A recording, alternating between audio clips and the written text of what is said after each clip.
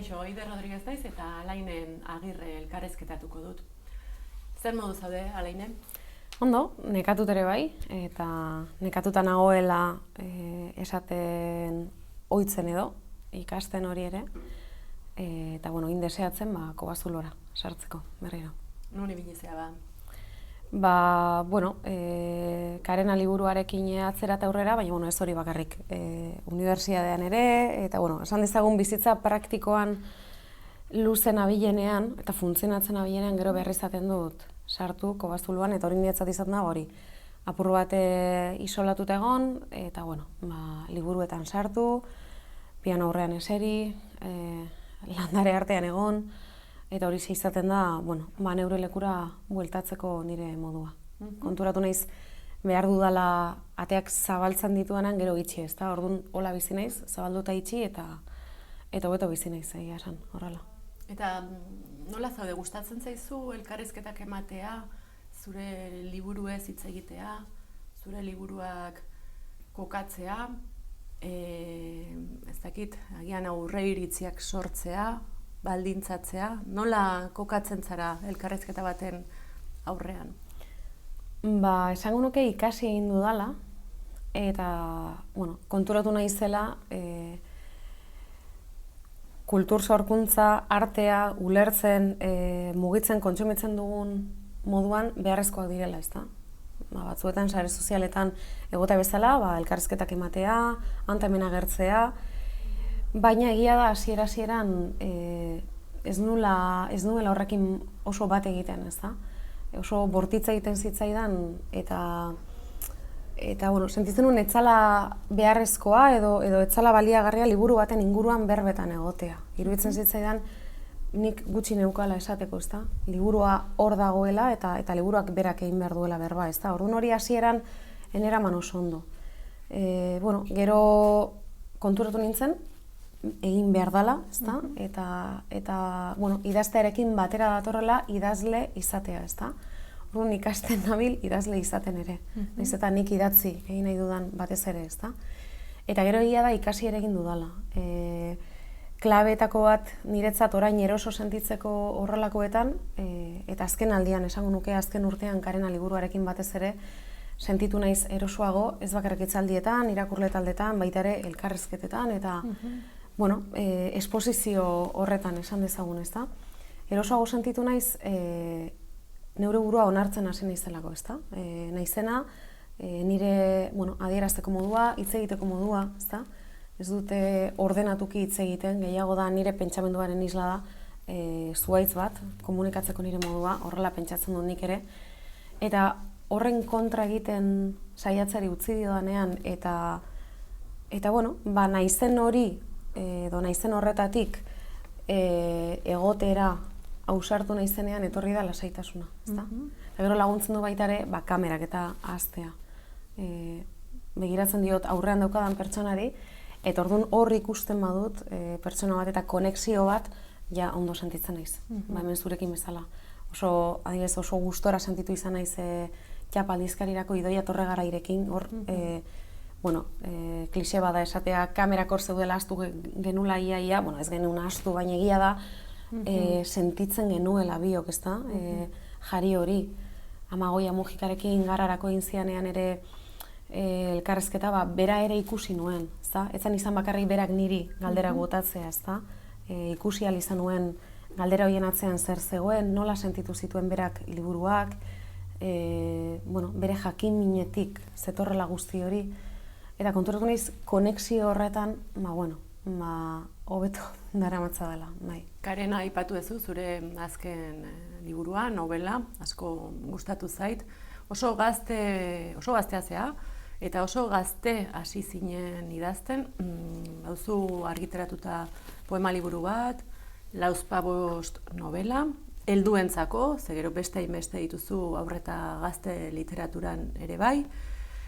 Ez dakit, idazte kontuetan ez duzu behintzat denbora galdu, ez? Kotxeko karneta orain dela 2 urte atera nuen, ez daukat goi mailako titulurik oraingoz, orain nabil horretan, parrandak egiteari utzi behar izan nion 19 urterekin, koma moduko batean sartu nintzelako, depresioa zen, baina bueno, hola niretzat koma bat izan da, nire bizitza pausanga batean gelditu zen. Orduan, nik bai sentitu denbora galdu nuela edo bueno, fase batzuk ezin izan ditu dela bizi, ezta? Bueno, normalitate hori ezin izan dut egin. Eta neukan indarra kanalizatu nuen idaztera behar nuelako hortik ateratzeko, ezta? Dena den betianik idazten dut. Kaligrafikoki esan nahi dut irakasleak esan zegunean gure lehenengo esaldia idatziko genuela, ezinezkoa iruditu zitzaidan, esaldi oso bat idaztea. Eta idatzi nuen, eta gero beste 6 jarraian, eta hori zen nire lehenengo ipuina, eta gogoan daukat, esan nahi dut, liburutegian bizi nintzen, irakurtzen eta idazten. Eskolan, eskolatik kanpo, orduan niretzat, enaiz hasi idazten argitaratzen hasi nizenean, niretzat idaztea izan da beti nirekin bat etorri dan, ez dakit, ni izateko leku bat izan da, ezta? Munduan bizitze hau toleratzeko nire modua da, autorregulatu egiten naiz idazten dudanean, behar dut idatzi. Askotan esan dut, oin ez dut idatziko urte luze batzuetan, eta gehiago da neure buruari ezartzen diodan dieta restriktibo bat, beste zer baino, ez da? Eta oso gertukoek esaten diate, ondo ezagutzen dutenek esaten diate, zu ezin zara egon idatzi barik luzaroan. Bai, hori ere galdetu nahi nizun, zure liburu asko obsesio baten ondoan jaiotzen dira, edo obsesio bati lotuta jaiotzen dira, edo obsesio bat dute ernamuinean, ez? Orduan, galdetu nahi nizuke, idatzi nola den harreman hori, ez? Obsesioa duzu eta idatzen egiten duzu, edo idazten zarelako, ari zarelako bilakatzen da obsesio, eta batez ere, egin nahi dizudan galdera da, zer gertatzen da obsesio horrekin behin idatzita? Diluitu egiten da, zer gertatzen da? Lehen bota diazun galderarekin lotuta, esaten zenean, ez duzule uste denbora galdu dudanik asko idatzi edo argitaratu dudalako, nik ez dut egin berez ez daki nora iristeko, hori ere esan nahi nizun, ezta? Behar nituen liburuak idatzi ditut, ezta? Eta gaizki sentitu naiz, epaitu danean gehiegi izan diren, gutxiegi, ez dakit, iruditzen zait, behar eta ahal nuen intersekzio horretatik atera direla, ezta? Eta horregatik baita esan dizut betianik idatzi izan dudala. Idaztean niretzat, autorregulazioa zala esaten dizun, nik uste permititzen didalako egunerokotasunean kabitzen ez diren, ezeztatzen ditugun, isiltzen, tapatzen ditugun gauza guzti hoiengana berbideratzea begirada, ezta? Ni neu ere harrapatzen naute, konbentzioek eta inertziek. Ni neu ere eramaten naute, praktikotasunak eta produktibitateak. Baina idaztea bada niretzat hortik ihes egite bat, ezta? Inkluso esango nuke gaztetan asko erabiltzen nuen hitz bat, gaur egun apenas erabiltzen dudan, baina iraultza txiki bat dala niretzat, ezta? Maila pertsonalean. Hori, eskapatze hori permititzen didalako, barrura begiratzea, eta askotan ulertzen ez ditudan gauzetara joaten naiz, ezta? Submarinismo bidaia bat dala esaten dut, dalako hori, bunker moduko batean sartu eta oso barrura, urrandi horietan sartu, ezta? Eta murgiltzen joan.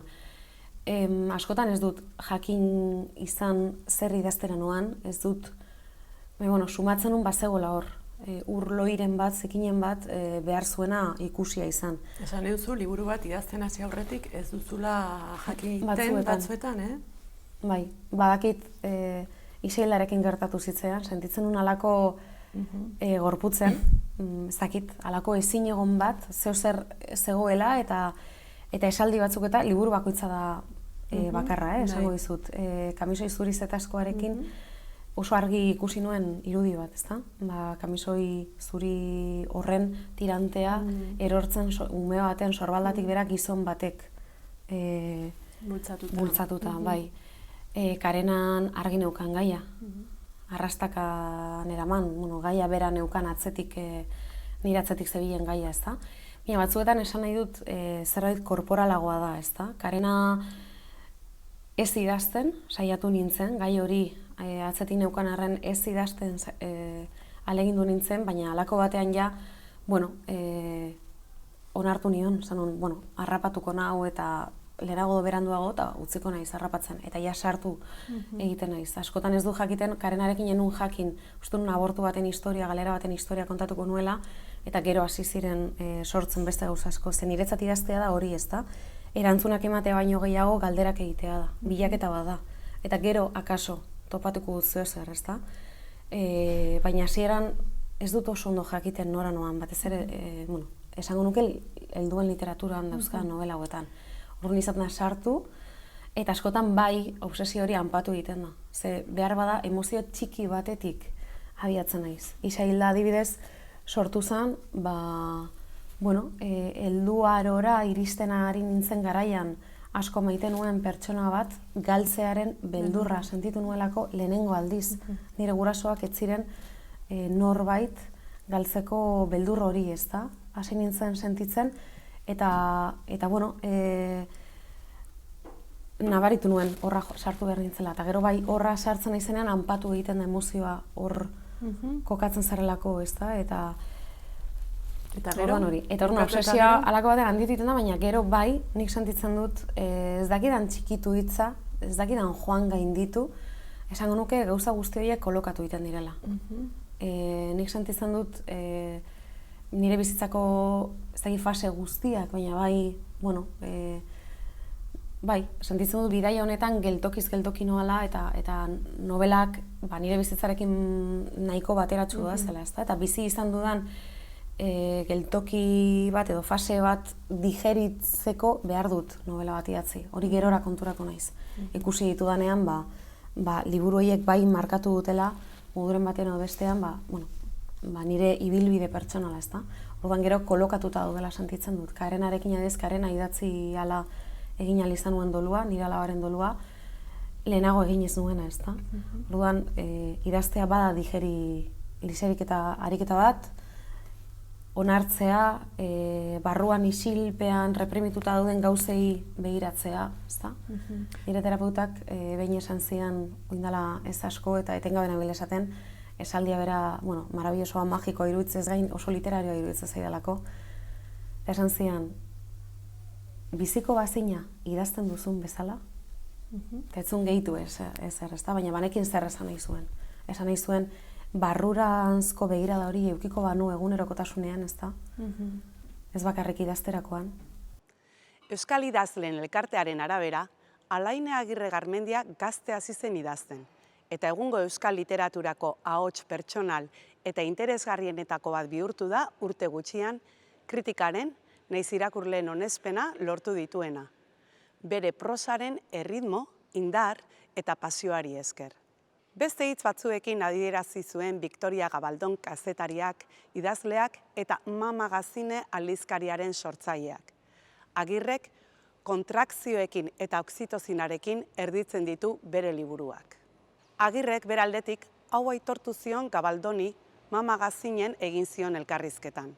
Uste dut oharkabean bada ere, nire literaturarekin alfombrak altxatzen saiatzen naizela. Ez dut nahi eta egiten, baina nire kamerak horri begiratzen dio. Ilunari, isilari, estalitakoari. Sot horietara sartzea interesatzen zait, eta ateak irekitzea, barruan dagoena ateratzea, argiari sartzen uztea, eta ikus dadila barruan dagoena. Beste aldizkari batean, Gaztezulon, zergatik zen idazlea onartu zuen. Ezin izan zuelako musikari izan. Nahita ezinezko musikari horrek 5 novela idatzi ditu helduei zuzenduta. Odol mamituak, Isa hilda, 2 aldiz erditu zinen nitaz ama, Kamisoi zuri zetazkoa eta oraingoz azkena dena Karena. Horrez gain poema liburu bat kaleratu du, txoriek etortzen ez diren lekua, eta haur eta gazte literaturako novela eta ipuin ugari. Dioenez, erosoagoa egiten zaio aurrentzat idaztea. Helduentzat idaztea baino errazagoa behintzat. Baina gozatu eta sufritu, irakurle helduentzat idazten gozatzen du gehien. Nolanahi ere, bai aurren, bai helduen literatur lanengatik jaso ditu sariak. Lazarillo saria, Lizardi saria, Zilarrezko Euskadi saria eta Iruniriko Kutxa literatura saria. Azkenik, beste hizkuntzetara itzuli izan dituzte haren lanak. Hala nola, gaztelaniara, katalanera, galegora, inglesera, danierara eta koreerara. Aipatuzu Karena, saiatu zinela ez idazten Karena, zergatik? Beldurra ematen zidalako gai horri begitara begiratzeak. Umea galtzen ari nintzela etorri zitzaizkidan esaldi batzuk, poema batzuk, burura ez dakidan ditz egokia, etorri zitzaizkidan eta nahita ez nituen paperera pasa. Hau betian igartatze zait. Mina sentitzen dudanetan gauza txikiekin ere, oinaren ikasten, beste kanal bat ematen horri ere, ez idazte ez delako kanal on edo osasuntsu bat, baina, esan nahi dut, negar ez adibidez nagoenetan, momenturen batean edo bestean, sentitu izan dut sentsazio bat, ezta? Testu forma hartuko duela dakizun sentsazio bat edo esaldi bat, ez dakit sentitzen duzun zuk hau, ezta? Ez. Batzuetan ez dira esaldiak, irudiak niretzat, batzuetan dira sentsazioak. Sentsazio hori badakit forma eman ahalko niokela literaturaren bidez. Orduan etortzen zait eta, pentsatuko duzu ze superfiziala, negarrez ari zara, ez egon pentsatzen, ez dut pentsatzen, ez etorri egiten zait, ezta? Eta konturatu naiz hori, minarekiko dialogoa eta bizitzarekiko dialogoa eta inkluso munduarekiko munduan bizitzea bortitza egiten zaidalako, ezta? Orduan, munduarekiko dialogo ederrago bat eta esan nahi gehiagorekin betetako bat lortzen dut idatziala. Esan nuke baita ere, zure liburuak oso emozionalak direla, ez dakit ados zauden, baina nigo horatzut lehenengo aldi zure zerbait irakurri nuenean izandako impresio hori, ez? Esango nuke izango zen, segurazki, odol mamituak. Eta gogoratzen dut hori, ez? Zenbat emozio zeuden, da ze emozionanteak ziren, emozionalak, eta emozionanteak era berean, ez? Eta impresionatu egin nindun, ze ez geunden ohituta, edo ez gaude ohituta, ez? Gure literaturan halakoak irakurtzera askoz sikuagoa dela, esango nuke orokorrean, eta bataz beste euskal literatura ez dakite ados dauden. Bai, esan behar dizut, lehenago min emango zidala horrek, sakonean lotxa ematen zidalako, ezta? Nire liburuak emozionalak izatea. Hor badago gutxiespen bat alderdi emozionalarekiko, orokorra dana, ezta? Uste dut Euskal Herrian, oso markatua dela, eta esango nuke literaturan, are gehiago, ezta? Arrazionalitatearen supremazismoa egiten dugula, iruditzen zait, ezta? Iruditzen zait min ematen digula horrek, argi dago, ez da jasangarria pertsonalki, ezta? Emozioengandik ihesean bizitzea, eta ez da ere sozialki, kolektibo bezala, iruditzen zait balio oso politiko indartsua dagoela hor, ezta? Orain ari gara esaten, ari gara ikusten hori feminismoari esker, zaurgarritasun hori, zaintza hori, ezta? Autozaintza batzuetan besteak beste modu batera zaintzeko ahalegin bat eta mugimendu bat badagoela, sentitzen dut. Baina bai sentitu dut gutxiespen hori. Esan izan didate, beste idazle batek akortzen naiz esan zidala, hitzaldi batean, euskal literaturako terapeuta naizela, ezta? Eta horrek, badakizu, zure lisipen aipatu zenuten bezala, ezta? Ama zara esatea bezala hitzaldi batean, ezta? Amantal, nola esaten zuen, merienda usaineko idazleak, ezta? Ni izan naiz, ezta? Terapia inguruan kokatu naute. Eta lehenago, min emango zian, gero haserratu ingo nintzen. Haserreak haserreak badu funtzio bat eta da muga jartzea, ezta? Eta geurea defendatzea. Niretzat haserrea oso baliogarria da. Eta haserre hori zeharkatuz iritsi naiz gero neure burua onartzera, ezta? Eta ulertzera beste horiek ez daukaten hori edo erakusten ez duten hori daukadalanik eta ez dela gutxiago.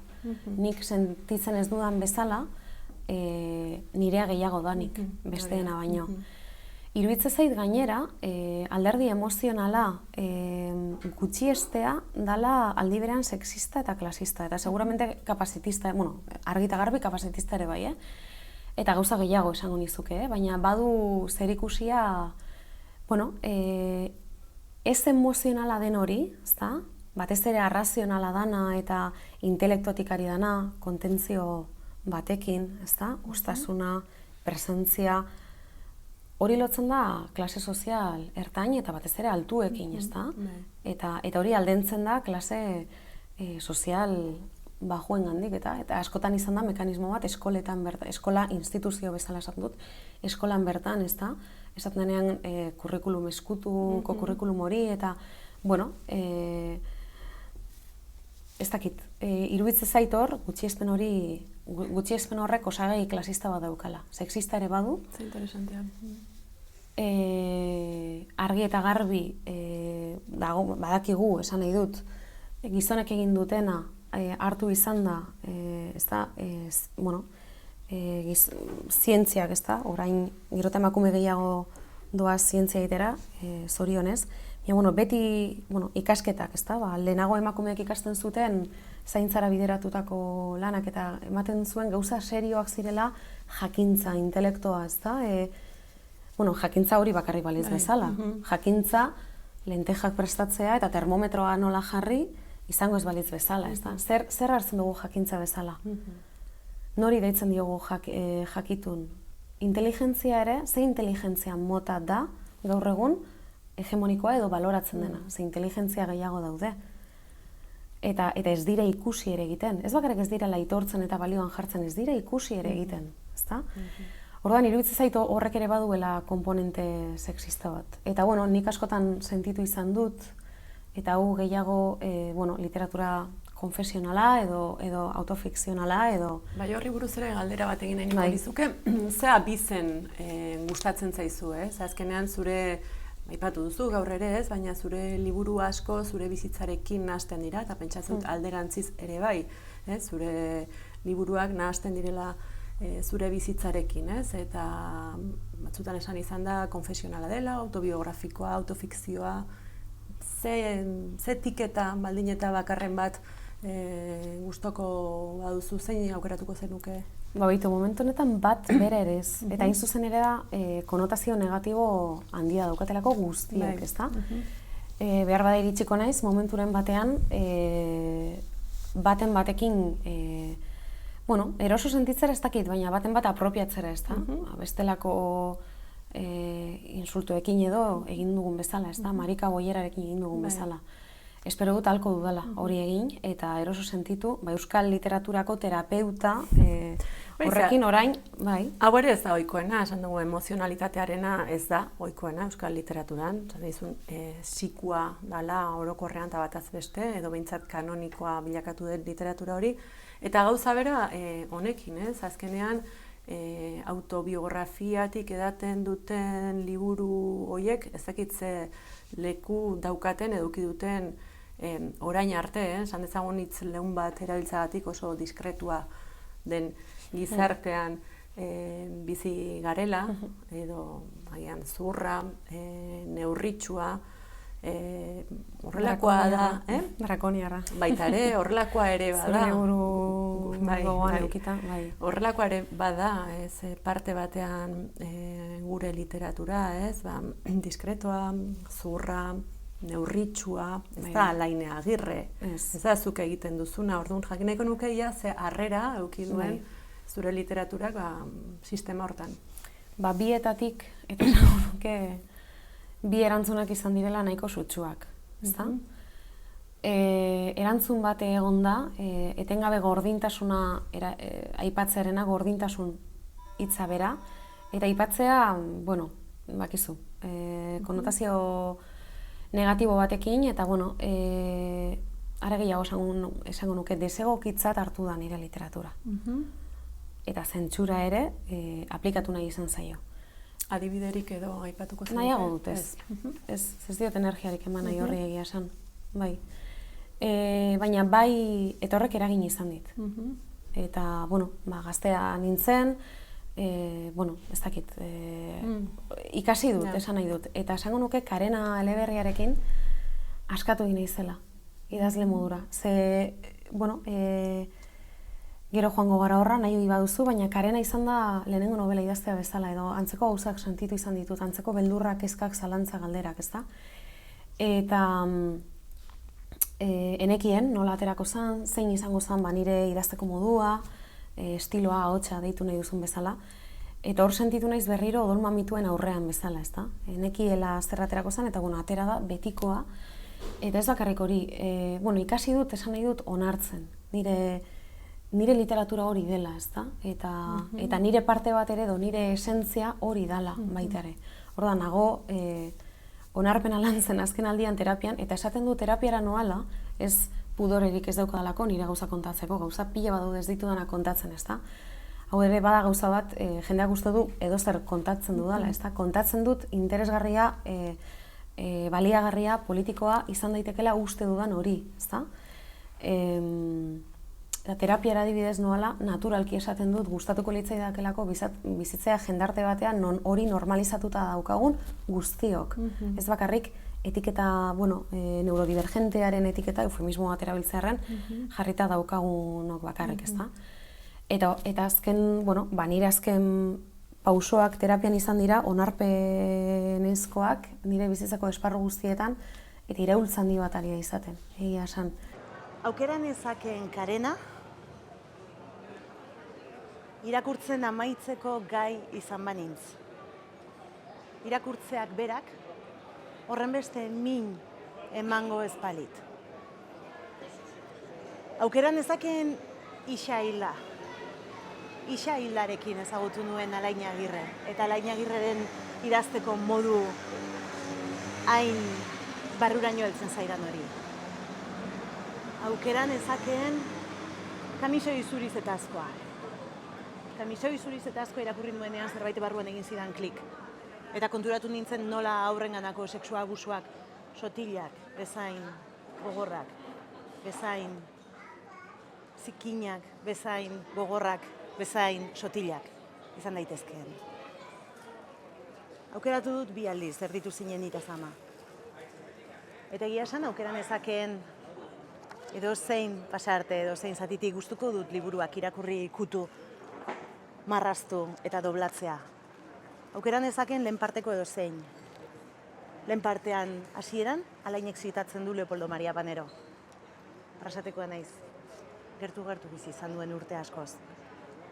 Leopoldo Mariak esaten zuen tarteka bakarrik, omen zela bera. Bigarren partearen sarreran, Karmele Jaioren ensale badakarkigu Alainek. Beti izan naiz, ni, neure txarik handiena. Aukera nezakeen zati hortako edozein pasarte, edo aukera nezakeen 3. parteko edozein pasarte, 2. erditzea kontatzen duenean Alainek. Goiz gorri eta eder baten neure barrutik salto egin, eta neure buruaz beste bat egitea, dio anarik. Eta honako hau aukeratu dut. Alain Agirreren 2 aldiz erditu zinen nitaz, ama. Nire ama nitaz erditu zenean, eninduen besoetan hartu nahi izan. Edo hobeto esan da, ezin izan zuen. Sudurra tolestutan ekarren, alde batera plazentarekin itxatxita, eta aitak jarri zidan bere lekuan. Eta garbitu, eta ukitu, eta laztandu, eta neure izenez deitu ninduen belarrira. Nire ama nitaz erditu zenean, negar egin zuen. Nire amak negar egin zuen 12 ordu luzez, erditu ezinean egindako indarrek akituta utzi zutelako. Negar egin zuen azkenean mina bukatu zelako, eta aldi berean etzelako bukatu.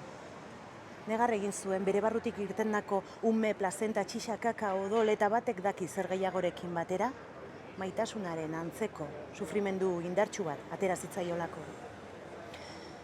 Gelako leihoak lurruntzeraino, gelako zarata, aldarri, agindu intziri ziztu oro isilarazteraino. Negar egin zuen, bere bizitzan lehenengo aldiz, amai izan zelako. Negar egin zuen, amai izan arren, etzekielako nola izan ama. Negar egin zuen, bapatean lotzen gintuen zilborrestea nork ebaki etzegoelako. Eta beti eskegita izango zuen kate erdoildu bihurtua zela konturatu zelako. Negar egin zuen, zoriontasunez. Negar egin zuen, ikararen ikaraz. Negar egin zuen, maite zuen gizona nire aita, bere alboan zegoelako. Baina aldi berean, gehiago behar zuenaren presentziatik gehiago, are gehiago. Negar egin zuen, ezin zuelako hitz edo pentsamendu forman zizelkatu sentitzen zuena. Negar egin zuen, negar egin zuen, negar egin zuen, negar egin zuen, negar egin zuen. Baina nik ama badaki zergaitik egin zenuen negar. Une hartan, zure ama etzegoelako zurekin egin zenuen negar. Gehien bat, horregaitik egin zenuen negar.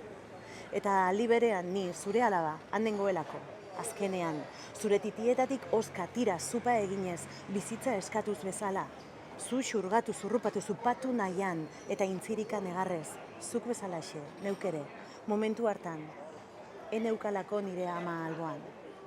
Ez behintzat, behar nuen moduan.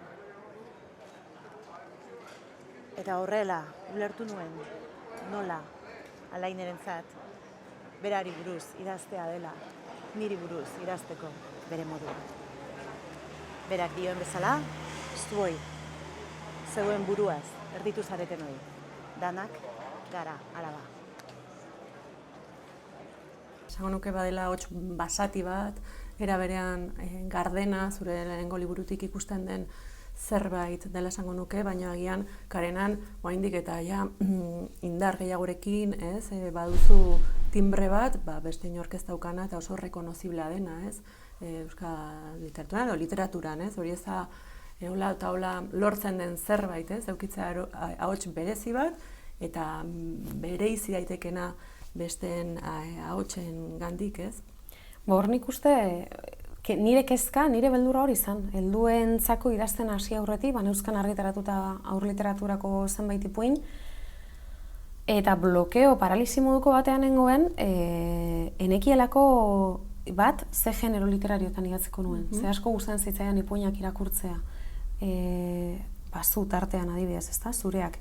Ez dakit, enekien poesiarantz joango nintzen, enekien zein izango zen nire idazkera, gozotasunerantz joango nintzen, edo ez dakit realismo magiko baterantz, edo zikin baterantz, enekien ezer, ezta? Eta paralisi horretatik atera nintzen, Txani Rodriguezek beti aipatzen dut, behin galdetu niolako eta esan zialako hasteko idazten, eta egunero idazteko borradore bat, orrialde bat, eta botatzeko zakarretara. Eta hortik, eta seguru nago, gaur egun ulertzen dut, ez zala hori nire ahotsa topatzeko bidea, baina zan paralisi horretatik ateratzeko modua, eta idazten jarri nintzenean, ahotsa bera etorri zan, nahi dut, berak topatu ninduen. Eta hortik atera zen, zakarretara bota ez nuelako, hortik atera zen odol mamituak, eta liburu bakoitza izan da reafirmazio bat. Gero gauzat desberdinak ere ditut, kamisoi zuri zetazkoan ez da hori idazkera. Historioak berak lehorragoa da, eta kontenitua eskatzen zidalako historioak berak. Gero nik sentitzen dut liburu bakoitza modu batera idatzi dudala. Hau animaliekin edo ume bizirik ez daukat, baina umeekin ere hala dela esaten dute, ezta? Ume bakoitzarekin egin behar duzu modu batean, nik liburuekin hola sentitzen dut. Eta gero esaten izuna, ezta?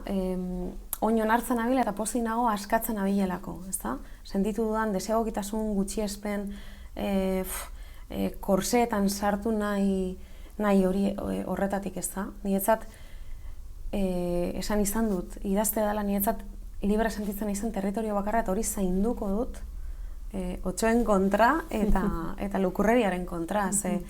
Ez dakit, fakturak pagatu beharko ditut eta edukiko dut beste lanbide bat, ingo dut egin behar dana, baina nik ez dut nahi nire idazketa saldu.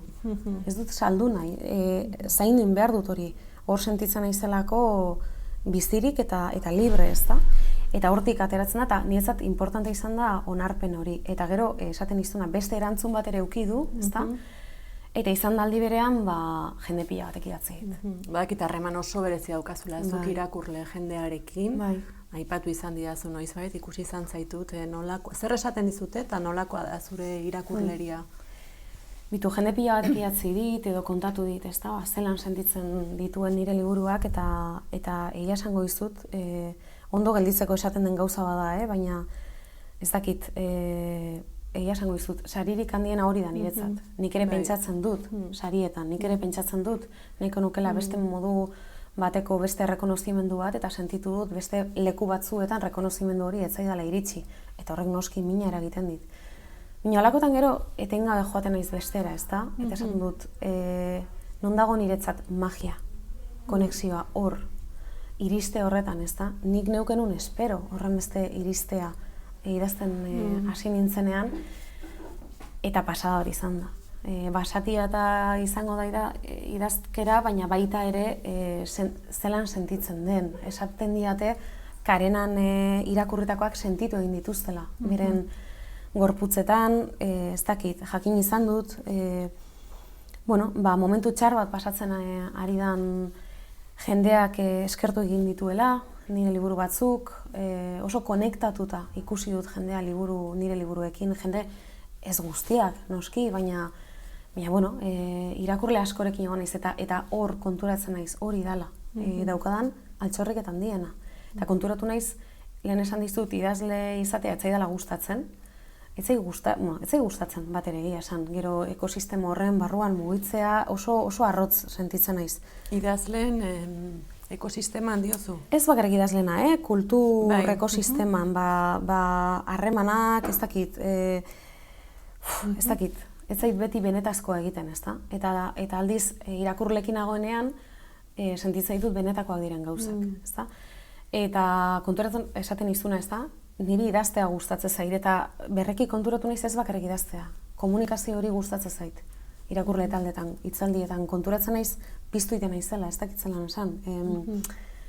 Oso, ez dakit, zerbait potentea sentitzen dut momentu horietan. Eta da, aurrean pertsonak daudelako, eta ni neu ere nahiko pertsona modura agertzen naizelako, naiz eta gauza asko ez kontatu, gero jendeak hori ez du oso ulertzen, ez da? Niri zaila ingo litzaidake nire etxeko argazki bat edo nire familikoena, bikotekiderena, animaliena jartzea oso bortitza egiten zait aldiz, kontatu izan ditut beste gauza batzuk. Eta uste dut hori ere importante dala, ez da? Ez da esate elkarri zer kontatu behar dugu nondik, baizik eta bakoitzak sentitzea, zer nahi duena kontatu, konpartitu, ez da? Eta irakurlekin hori, konexio hori da, magikoena, eta ez da harrigarria ere, gero konturatu naiz, ni neu ere hori naizela, pertsona modura, ez da? Ni naiz arrakasta, naiz intelektua, naiz eredua, naiz konexioa, eta... Osa, koherentea da, erabat, zuzaren hori eta zuk idazte duzun horren artean koherentzia bat dago, ez? Ez da beti gertatzen. Ez dut esan nahi... Ez zaie idazle guztiai gertatzen hori. Ez, niri gertatu izan zait, idazle batzuk irakurri ondoren ezagutu izana, eta ez sinistea, idazle horrek idazlan horiek idatzi dituela. Eta hori zai gustatzen. Eta ez dut esan nahi, nik idazten dudan guztia gertatu zaidanik idaztei dudan bezala, nik gainera errealitatearen eta fikzioaren arteko mugak ez ditut inoiz bilatu izan, ez ditut topatu nahi izan, zetzaizkit gustatzen, txikian izenetik, gezurra kontatzea gustatzen zait, nire aitona gezur pila kontatu izkit, eta mundu guztiak esaten zian, baina Laine, nola sinisten diozu, 20 urterekin ere, nola sinistu diozu hori, eske, ez zait inporta egiala gezurra den, fikzioala errealitatea den, historia hori gustatu iten zait. Eta hor nago beti, ez da, hor niretzat, koherentzia ez da horren beste guri gertatu zaizkigun, gauza gertatu zaizkigun bezala kontatzea. Ez zait interesatzen hori. Eguneroko bat idazteko gai enaiz izan inoiz. Ez zaialako interesatzen gertatu diren gauzak idaztea tal kual. Interesatzen zait edertasuna bilatu nahi izatea. Bizitza bera sublimatzea arte egiteko ahaleginetan edo ez dakit, eraldaketa prozesu bat batetik pasata, ez da? Niretzat, baina bai, esan nahi dut, nire liburuak bai dira oso ni. Gauza asko, gertatu zaizkidan asko ez daude liburuetan, eta liburuetan dauden gauza asko ez zaizkit nire gertatu izan. Imaginatu egin ditut, fikzionatu egin ditut, baina esan nahi dudana da, liburu horiek, eta oraintxe nabil konturatzen, bitu zenbat urte eta zenbat libururen ondoren, liburu horiek dira nik idatzi behar nituen liburuak. Liburu horiek ez dakit, bai, lotuta gaude, bai. Zure bizitzari, bukatzen joan behar dugun, zer behar dezu idazteko? Kanpoko mundua itzali. Gero eta gehiago kostatze zait, adinean gora inala, gero eta zinikoa nagoa naizelako, eta gero eta gehiago sartu direlako nigan, bestek zer pentsatuko dute, gero hau idatzi eta gero zer argitaletxetara bidaliko dut, nola irakurriko da, zer esango du honek, zer esango du besteak, Karenarekin gertatu zait, eta Karena idazten jartzerako momentuan, istorioa nola idatzi, egituratu, gauza guzti horiek baino askoz komplikatuagoa egin zait, kanpoko mundu hori itzaltzea. Ateratzea hortik, eta niretzat beharrezkoa da, neure barruarekin konektatzeko, ezta? Eta hori, libre sentitzeko. Orduan hori behar dut. Gero erabiltzen dut beti musika, asko gustatu zitzaidan zuk eraikuntzarako materiala idazteko bajen pasioa, San Mateoaren pasioa erabili zenuela. Esan entzun, ezagutzen nuen, baina jarri nuen nahita zure liburu irakurri eta gero, eta esan nuen bai, liburu hau da, ezta? Eta musikarekin idazten dut beti, behar dut musikak eramaten hauelako, inospitoa den mundu oian itxaso ondo horretara, eta musika. Eta bakarrik egon, isolatuta egon, eta halko balitz, praktikotasunik gabe, baina hori gero eta ezinezkoago egiten zait, baina, bai, behintzat, egunean zehar, ordu batzutan, bunker metaforiko horretan sartzen naiz, bai. Eskerrik asko, Alain, eta azken galdera, aipatu duzu zure lehenengo ipuina, esaldi batekin hasi zen, ipuin guztia bezala eta historia guztia bezala, baina beste 5 ere erantsi zenizkion, lehen idatzi zenun lehendabiziko historia horri gogoratzen duzu, zer kontatzen zuen? Bai, maitasun erromantiko garen historioa zen, Sirenatxoa eta Arrantzalea zuen izenburua. En fin. Nola Bermeon horietatik danak dauzkagun, Arrantzaleak eta Sirenak, hortik. Egun eskerrik asko zeuri ere, Eider, benetan gustora naiz. Plazerra izan da. Gogoa zurekin enredatzeko. Eta hurrengoan enredatuko naiz, hurrengo katebegia izango gara Lander Garro eta biok.